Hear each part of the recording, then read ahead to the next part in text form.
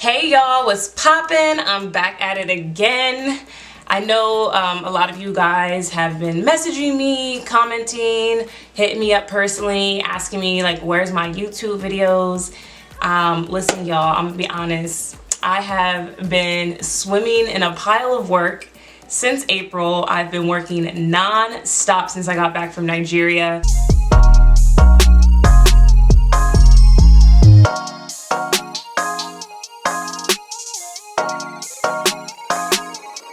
Ever since everything went digital with the pandemic and virtual, it's just been the busiest time ever for PR because everybody needs PR. Like, they need to stay relevant outside of just shows and being out in public and stuff like that. So it's been a blessing. I've been very busy with work, but I haven't been able to commit myself to this channel, and I really want to just go all in with it.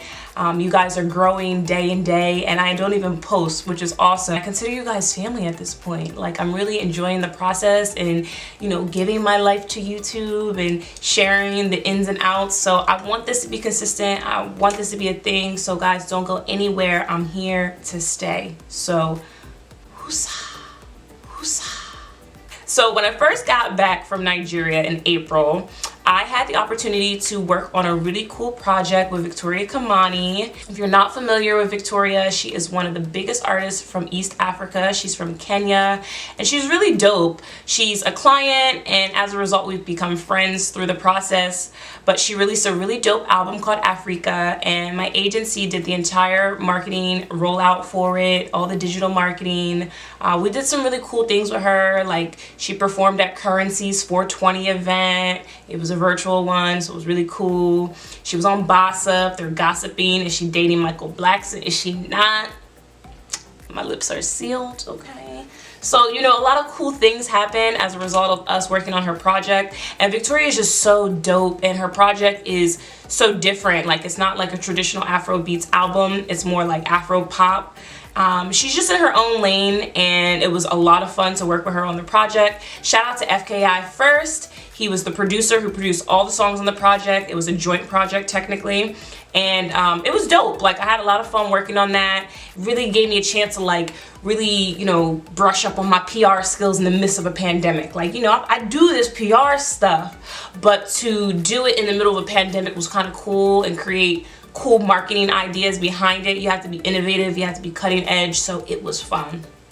In addition to working with Victoria, I also had the chance to do a really cool project with my friend Dremo.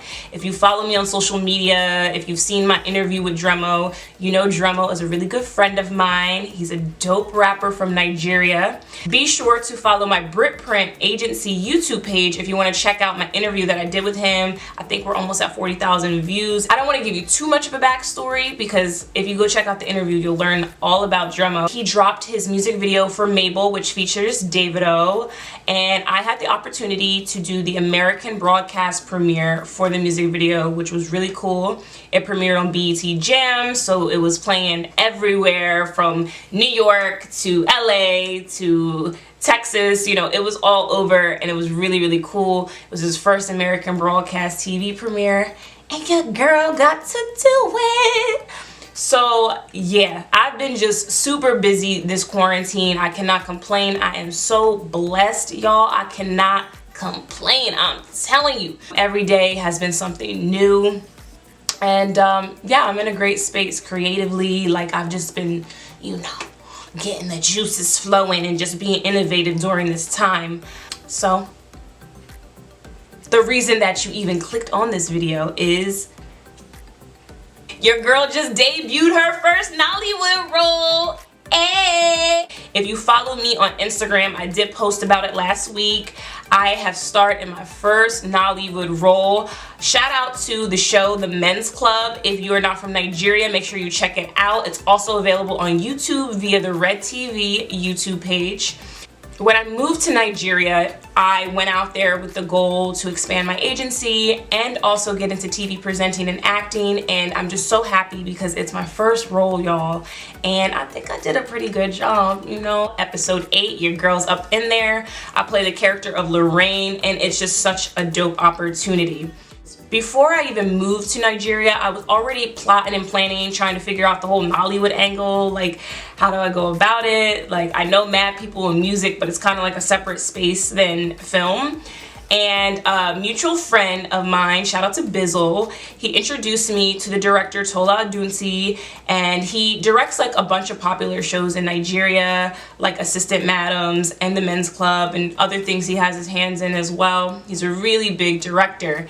So my friend introduces us, and you know, like, we were communicating like via text, and like I saw him out like at events, but like, you know, nothing was going on, but like I would just always be on him. Like, I would see him, I'm like, Tola, like, listen, I'm gonna be in one of your shows, like, you don't even know, like, you know, next big star, you know what I'm saying, like, you know what I'm saying? So I get this call one morning. He calls me and he's like, hey Sav, are you available today to film? I have a role for you, this, that, and the third, like, you know, filming starts today. So I'm like, sure, like, I've been waiting on you to like cast me, like, obviously I'm available, like, if there was anything I was playing, trust me, I've cleared out my schedule. So, you know, I prepare myself. I don't really know what to expect. They didn't even send me the script, like, you know, they just told me that like they needed like lingerie, bring it to set, blah blah blah.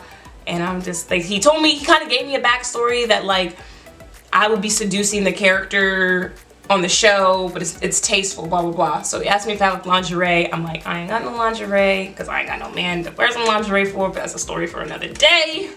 But anyway, you know, I went back to my house. I gave myself a mask. You know, I prepared myself. I packed up like a little, you know, suitcase, little mini suitcase of everything that I would need for the day, heels, makeup, whatever, you know, even though there's a makeup artist on set, you know, I just bring my stuff just in case, you know. So I get there, they were running on Nigerian time, so I got there. They said they actually didn't need me. They were like, come back in like 3 hours. So I left and then I came back. The crew was amazing. They got me sorted out. I sat, I got my makeup done. They finally gave me the script. The script wasn't too bad. I only had like a few lines. So, you know, my memory, you know, I'm an actress. I'm ready for this, you know. So I got my lines together quickly, studied it, studied the angle. I'm like, should I give him some attitude? This, that, and the third. Like, I didn't even know, to be honest. Like, I had so many thoughts going through my mind. Spoiler alert. Spoiler alert. Don't watch further if you don't want to know what happens. There's Tiara and Tayo. They're a couple and they're having some relationship troubles. So Tiara thinks that maybe her man wants a threesome. So I'm her homegirl Lorraine, and she basically sets it up where like her husband comes in, there's like roses, and I'm waiting there and I try to seduce him. He denies me, right?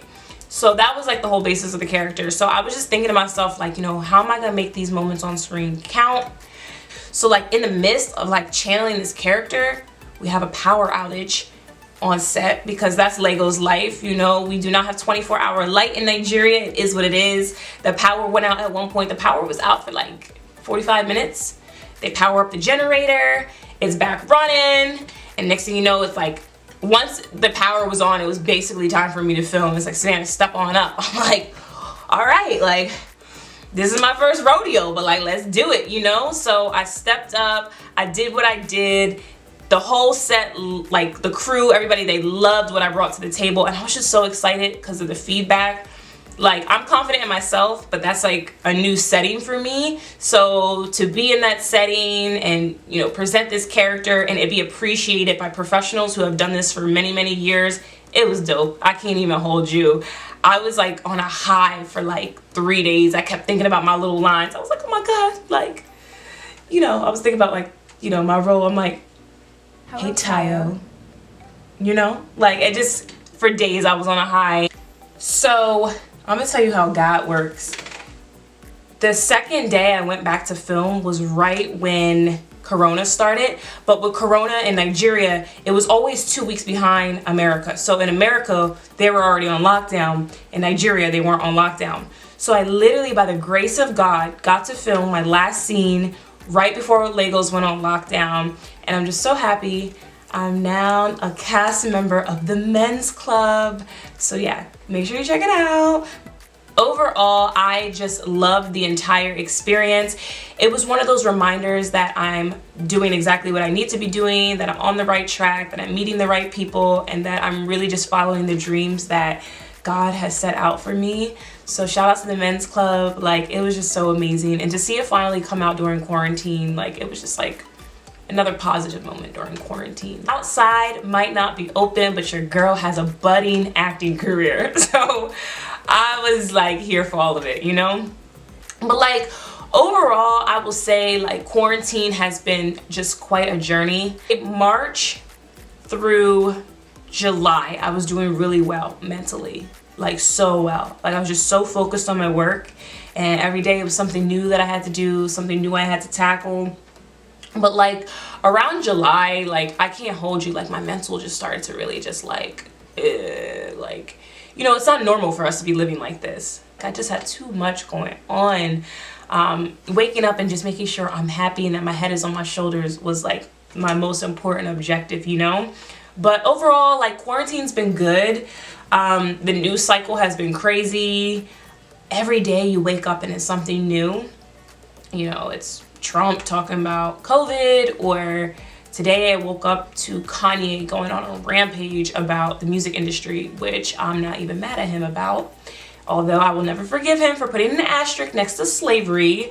You know, he was talking about the music industry, and it's just been interesting to watch because I think just overall, quarantine has been a reawakening for the Black community. Everything from Black Lives Matter to, you know, Kanye now coming forward about the music industry, to people taking down racist statues, to the conversation about reparations getting louder and louder. So quarantine has been a whirlwind of emotions, but I'm blessed to just be here and be alive, be able to share my stories and my insight with everybody.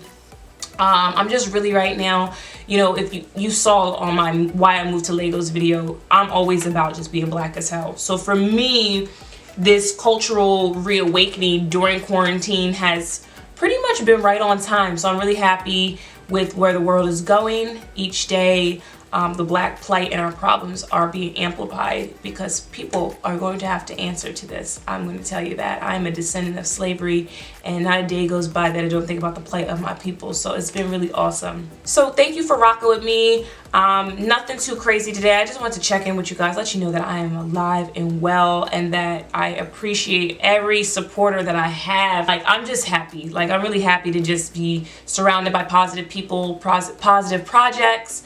I have a lot of really cool things that I've been working on, and just more vlogs that I'm going to roll out with you. I've been getting a lot more questions about my experiences in Nigeria, so I'm going to start to roll out some more vlogs about that, answer all your pressing questions. And yeah, appreciate you.